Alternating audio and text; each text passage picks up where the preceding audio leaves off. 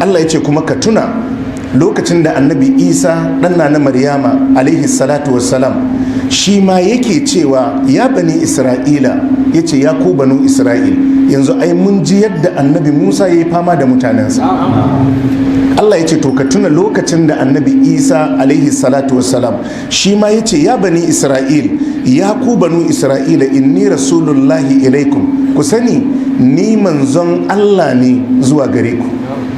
Allah ya tada ni, ya aiko ni a matsayina na manzo zuwa gare ku na isar muku da shari'ar Allah, musaddiqan lima baina yadayya, kuma ina mai gaskata dukkan abin da ya gabata gare ni. Dukkan manzannin da suka zo kafina na gaskata su, dukkan littattafai da Allah ya saukar kafina na gaskata su, minat taurati na attaura, wa mubashiran bi rasulin, sannan ina mai muku bishara da wani manzo ya ati min ba'di da zai zo a bayana, ismuhu Ahmad, sunansa Ahmad. Wa kenan? Sallallahu alaihi wasallam. Allah ya ce ka tuna, ka ambata ma al'ummarka lokacin da annabi Isa ɗanna na Maryama ya ce ya bani Isra'il, ya ku banu Isra'ila, inni rasulullahi ilaikum, ni manzon Allah ne zuwa gare ku, musaddiqan lima baina yadayya min at-taurati, kuma ina mai gaskata duk abin da ya gabace ni na at-taura, wa mubashiran, kuma ni mai bishara ne bi rasulin da wani manzo ya ati min ba'di da zai zo a bayana, ismuhu Ahmad, sunan shi Ahmad, yana daga cikin sunayen manzon Allah alaihi salatu wassalam. Ya sanar da su ko bai sanar da su? Ya sanar da su, ya sanar da su. Ba manzon Allah sallallahu alaihi wa alihi wa sallam ba kawai, har sahabban manzon Allah sallallahu alaihi wa alihi wa sallam Allah ya bayyanar da sifofinsu a cikin attaura da linjila. Daga ina zai taso, daga ina zai yi hijira, ina zai je, a ina za a kafa daular, yaya za a yi da'awar, duka Allah ya sanar da su kafin zuwan manzon Allah sallallahu alaihi wa alihi wa sallam. Shi yasa Allah yake cewa allazina atainahumul kitaba ya'rifunahu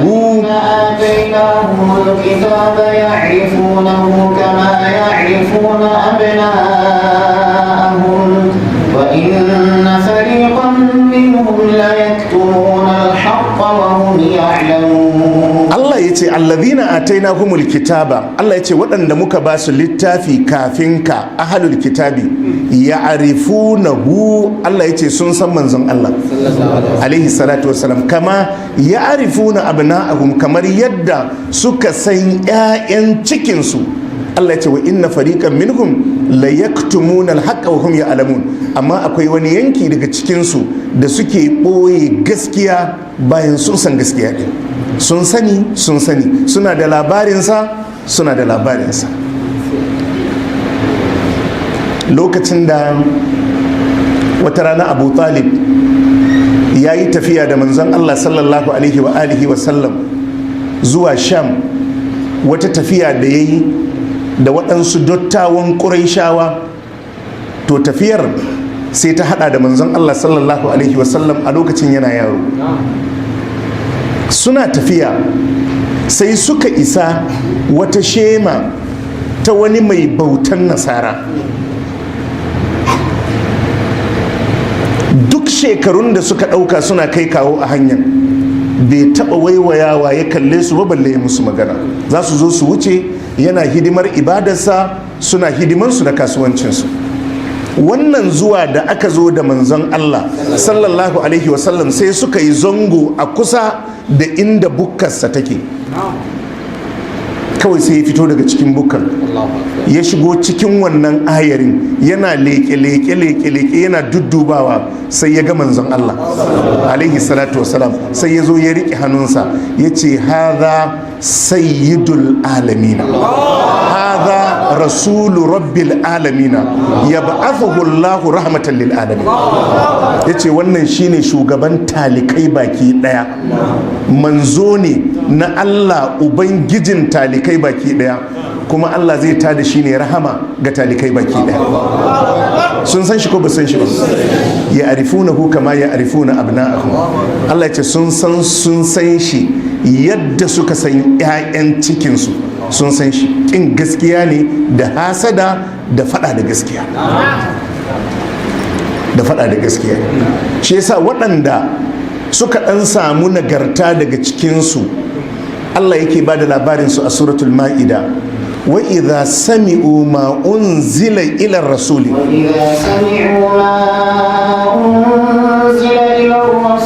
ترى أعينهم تفيض من الدمع مما عرفوا من الحق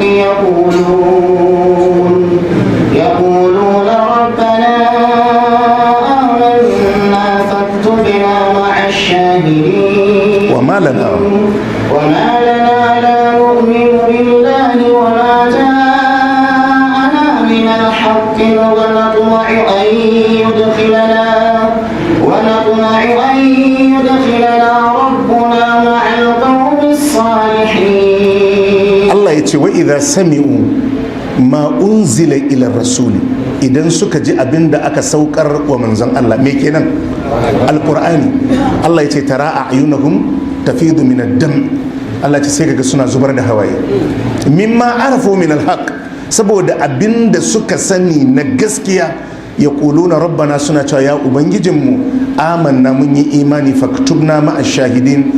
Allah ka rubuta mu cikin waɗanda suka shaida wannan littafi saukakken littafi ne daga Allah. Allah ka rubuta mu cikin wadda suka shaida annabi Muhammad manzon Allah ne.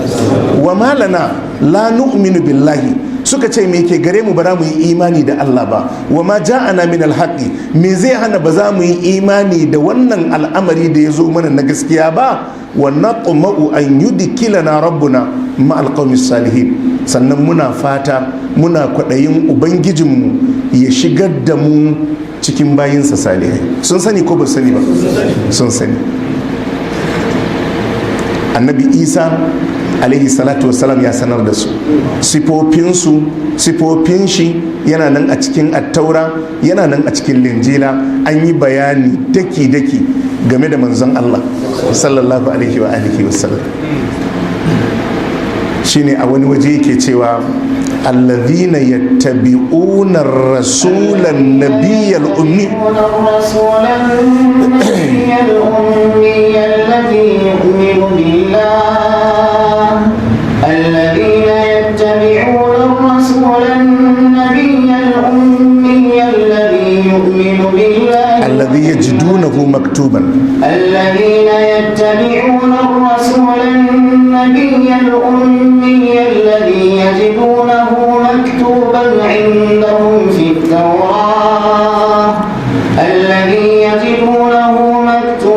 عندهم في التوراة والإنجيل يأمرهم بالمعروف وينهاهم عن المنكر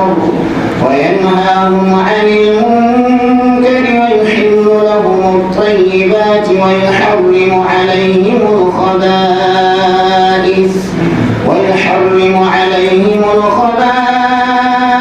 ويضع عنهم إصرهم والأغلال التي كانت عليهم.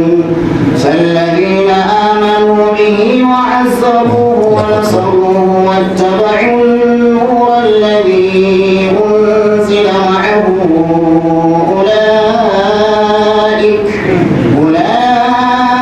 أولئك هم المفلحون. الذين يتبعون الرسول النبي الأمي.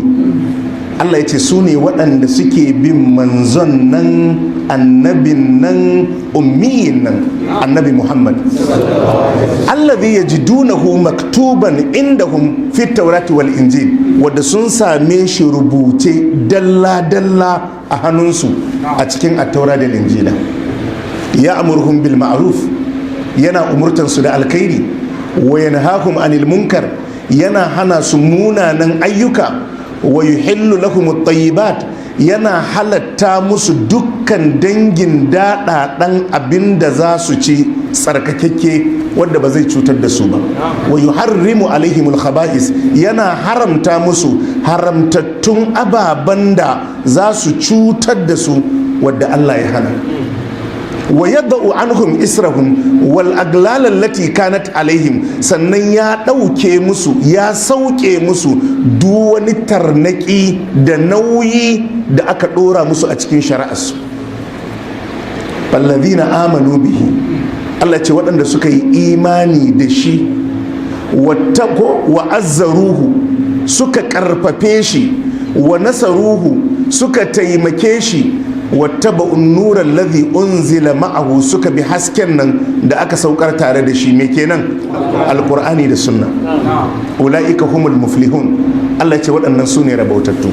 Kaga dai wurare da yawa a cikin alqur'ani Allah ya tabbatar bayanai game da manzon Allah sallallahu alaihi wa alihi wa sallam yana nan birjik a cikin littattafan da suka gabata, amma saboda hasada da kin Allah suka juya baya.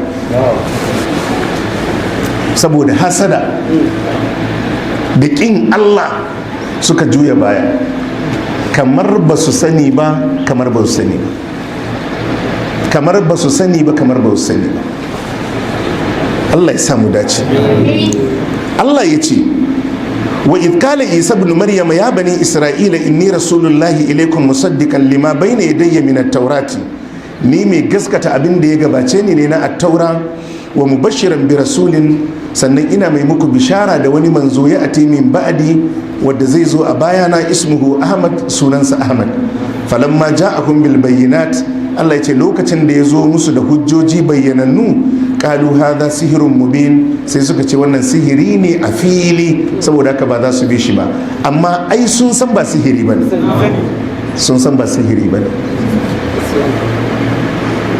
Shi yasa yana daga cikin arziki da Allah zai maka a rayuwa shine kaga gaskiya, ka kalle ta a gaskiyan kuma ka bi ta. Kaga ƙarya a nuna ma ƙarya kuma ka ganta a ƙaryar kuma ka ƙaurace mata. Wannan ba ƙaramin arziki Allah ke ma mutum. Wani ko nasiha, wannan ko nasiha za a mishi sai ya tunzura, ko nasiha, abinda kuma za a mai nasiha nan shi ma ya san ba daidai bane, ya san ba daidai bane. Kar ka yadda malam, duk inda za a gaya ma gaskiya, ko mai gaya ma gaskiyan yana yi ta fiskar da bata dace ba, inda gaskiya ne ka yi haƙuri ka zauna da shi. Mafi munin zama shine ka zauna da wadda ba zai iya gaya ma gaskiya ba. Mafi munin zama ka zauna da wadda ba zai iya gaya maka gaskiya ba. Duk mutumin da ka san in kai ba daidai ba zai gaya ma gaskiya, ka yi haƙurin zama da shi, ko da baka jin daɗin yadda yake maka. In dai zai iya gaya ma gaskiya, ka yi haƙurin zama da shi. Ka kuma ma kanka tarbiyyar karɓan gaskiya duk yadda take. Mutum ne a cikin mutane ka yi ba daidai ba, sai ya ce abin da ka yi ba daidai ba ne, kaza kaza kaza kaza kaza kaza. Idan ya yi ne don ya tozarta ka, ya yi wa kansa. Amma in abin da ya faɗan gaskiya ne, ka ɗauka ka yi aiki da shi. Jama'a mun fahimta? Kar a faɗi gaskiya ka ce wai don ba a zo maka da uslubin da ta dace ba, ba za ka karɓa ba. A'a, in dai gaskiya ce ka yi amfani da gaskiya. In dai gaskiya ce ka ɗauke ta a gaskiya. Shi wadda ya yin in ya yi ne don ya tozarta ka, ai shi da ubangijinsa. Shi ne za ka ji ana cewa Allahumma arinal haqqa haqqan warzuqna ittiba'a wa arinal batila batilan warzuqna ijtinaba. Allah ka nuna mana gaskiya a gaskiyanta, ka ba mu ikon binta. Allah kuma ka nuna mana ƙarya a ƙaryanta, ka ba mu ikon ƙaurace mata. Ba ƙaramin arziki ba ne. Duk wanda zai zo ya nuna maka ya ce abu kaza ba daidai bane, ba daidai bane, yadda ya kamata shine shi yayi nasihar a yadda ya dace. Amma karka ce don bai yi a yadda kai kake so ba, ba za ka dauka ba, za ka barar. To lokacin da aka zo musu da gaskiyan, sai suka ce a'a, wannan sihiri ne mabayyani. Mun yi bayani a baya me ya ɗauke su zuwa ga haka, hasadar manzanci da aka ba wa manzon Allah sallallahu alaihi wasallam daga cikin larabawa. su kuma mutanen makka sun ƙi su ba da kai saboda ba a ɗauki manzon a cikin wadda suke so ba a duba wani babba a makka ko a ta'if an bashi manzancin ba, su kuma suka ce ba za su bi ba. kaga dai ai dukkan warja ce.